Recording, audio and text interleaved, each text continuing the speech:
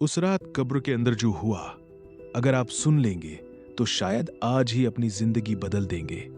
Rice एक आम इंसान था, लेकिन उसकी सोच उसे गुनाहों की तरफ ले जा चुकी थी। वो अक्सर कहता, अभी तो उम्र पड़ी है, बाद में तौबा कर लेंगे।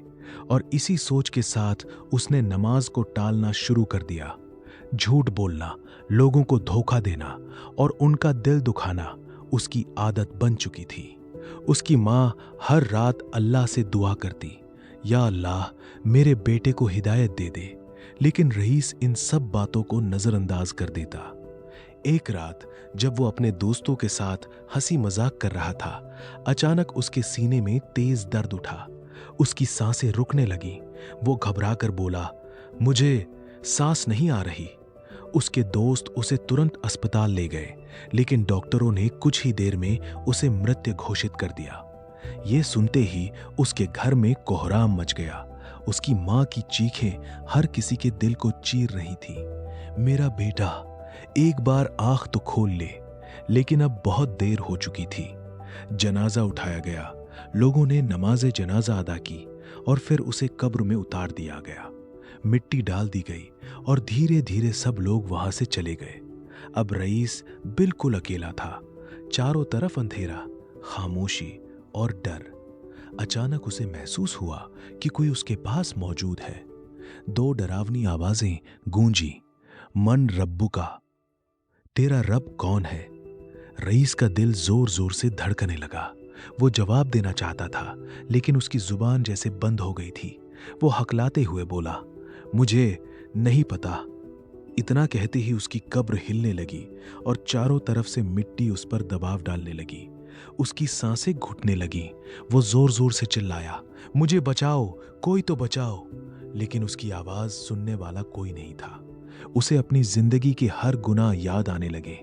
हर नमाज जो उसने छोड़ी थी, हर झूठ जो उसने बोला था और हर दिल जो उसने दुखाया था। उसका डर बढ़ता जा रहा था और वो समझ चुका था कि अब कोई रास्ता नहीं बचा। तभी एक खौफनाक आवाज गूंजी, आज तुझे तेरे गुनाहों का हिसाब मिलेगा। ये सुनकर उसकी रूह कांप उठी और उसे ऐसा लगा जैसे अब सब कुछ खत्म होने वाला है। वो पूरी तरह टूट चुका था और उसके दिल में सिर्फ पछतावा ही रह गया था। उसने पहली बार सच्चे दिल से सोचा कि काश उसने अपनी जिंदगी में कुछ अच्छा किया होता।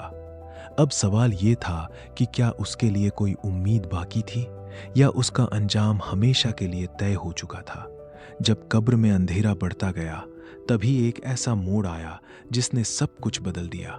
रईस दर्द से तड़प रहा था और कब्र का दबाव हर पल बढ़ता जा रहा था। उसकी सांसें टूट रही थीं और उसे लग रहा था कि अब सब खत्म हो जाएगा। वो रोते हुए पुकारने लगा, या अल्लाह मुझे एक मौका दे दे, मैं सब ठीक कर दूंगा। उसकी आवाज में सच्चाई थी, लेकिन चारों तरफ सन्नाटा था। तभी अचानक एक हल्की सी रोशनी कब्र के अंदर दिखाई दी। पहले तो उसे लगा कि ये उसका वहम है, लेकिन जैसे जैसे रोशनी करीब आई, उसे एक अजीब सा सुकून महसूस हुआ। फिर एक नरम आवाज सुनाई दी, डर मत, मैं तेरी एक नेकी हूं। रईस हैरान रह गया। उसने कांपती आवाज में पूछा, मेरी नेकी? लेकिन मैंने तो पूरी जिंदगी गुनाह ही किए हैं। वो सोचने लगा कि आखिर उसने ऐसा कौन सा अच्छा काम किया था। तभी उसे याद आया कि एक दिन उसने बिना किसी मतलब के एक बूढ़े आदमी की मदद की थी। वो छोटा सा काम, जिसे उसने कभी खास नहीं समझा, आज उसके सामने खड़ा था।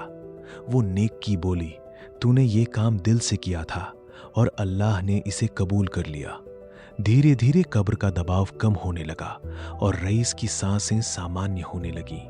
उसकी आंखों से आंसू बहने लगे और उसने रोते हुए कहा, या अल्लाह मैं शर्मिंदा हूं, मुझे माफ कर दे। पहली बार उसका दिल सच्चे दिल से तौबा कर रहा था। तभी एक गूंजती हुई आवाज आई, अगर तुझे एक और मौका दिया जाए तो क्या तू अपनी जिंदगी बदल देगा? रईस ने बिना सोचे जोर से कहा, हाँ मैं बदल जाऊंगा, मैं सब ठीक कर दूंगा। और तभी अचानक सब कुछ शांत हो गया। रईस ने अपनी आंखें खोली और देखा कि वो अस्पताल के बिस्तर पर लेटा हुआ है। डॉक्टर हैरान थे कि जो इंसान मर चुका था वो अचानक कैसे जिंदा हो गया। उसकी माँ उसके पास बैठी रो रही थी, लेकिन इस बार उसके आंसू खुशी के थे। रईस ने अपनी माँ का हाथ पकड़ा और रोते हुए कहा, अम्मी, मुझे माफ कर दो, अब मैं कभी गलत रास्ते पर नहीं जाऊंगा। उस दिन के बाद उसकी जिंदगी पूरी तरह बदल गई। वो हर नमाज पढ़ने लगा, लोगों की मदद करने लगा और अपने गुनाहों से सच्चे दिल से तौबा करने लगा। अब वो वही इंसान नहीं था जो पहले था। इस कहानी का सबसे बड़ा सबक यही है कि इंसान चाहे जितना भी गुनाहगार क्यों ना हो, अगर वो सच्चे दिल से तौबा करे तो अल्लाह की रहमत उसके लिए हमेशा खुली रहती है।